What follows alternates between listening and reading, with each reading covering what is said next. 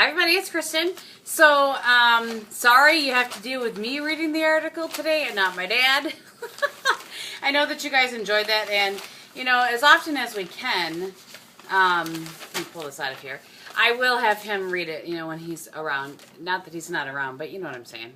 We don't live together, and we live about 25 minutes apart, something like that. So, anyway, so I've not read it through yet, so this will be my first read through of it as well. So here's what I'm thinking, and this was February 7th. All right. And again, this is from the Marion Advertiser, and by Pastor Skip Robertson, aka my dad. I'm a gardener. This time of year I start thinking about gardening. I am awaiting the seed catalogs with their pictures of perfect flowers and perfect vegetables so that I can select and plan. At the moment, however, I am thinking about flowers. I have several flower gardens and I enjoy them. There are a lot of perennials and I fill in with annuals. Last year I planted almost 100 bulbs of tulips and daffodils at the edge of the lawn. I hope that they will naturalize well and fill in the gaps over there. And if you guys remember, I actually showed you some of his rose garden in one of my vlogs from last summer. We all understand that flowers are mostly appreciated because of their beauty and scent. Of course, there is the exception, that 100-year flower that smells like rotten meat. As for appearance, nobody ever said, that flower is so ugly, you will love it. They come in all sizes and colors, and they brighten our world. When we consider the variety of flowers that exist, how can we withhold praise? Roses grow in rose gardens. Red clover mostly grows in fields. My bulbs will grow on the lawn. Daisies and dandelions grow everywhere, and that is an important lesson. We have to grow where we are planted because life is about doing the best we can with what we are given.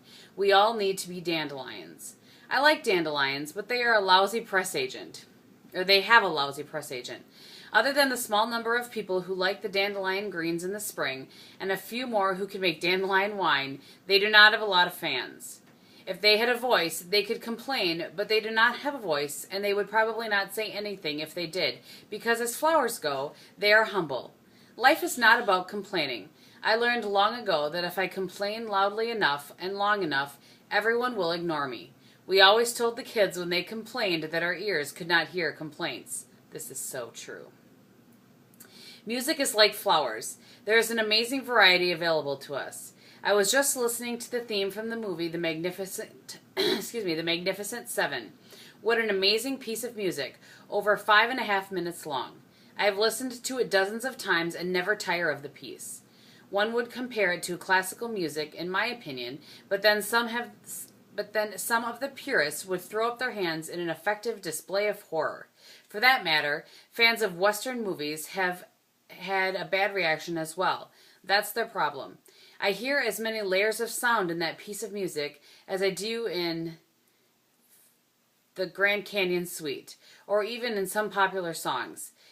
Did you know that a lot of pop music in the 60s was classical pieces?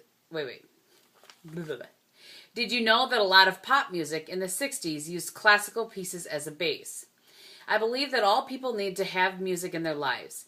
I knew a guy once, a macho man type, who claimed to hate music of all types. But once, when he thought he was alone, I heard him singing. He had a great baritone voice. Why he felt he had to pretend to hate music is beyond me. My best guess, knowing the guy, is that he thought music was not manly. Strange but true. No matter what style of music we prefer, music is important to all of us. Whatever you like, it's your business. Back to the gardens, however. This year's garden is going to be perfect. It will be the best ever. If you don't believe that, then you're not a gardener. If we approach any task with the belief that the final product will be great, then we do a better job. That's probably how God felt when He made you. You are His perfect creation. You may have physical problems or handicaps, but God can use you. Just trust Him. Life may have smacked you around, but God can use you.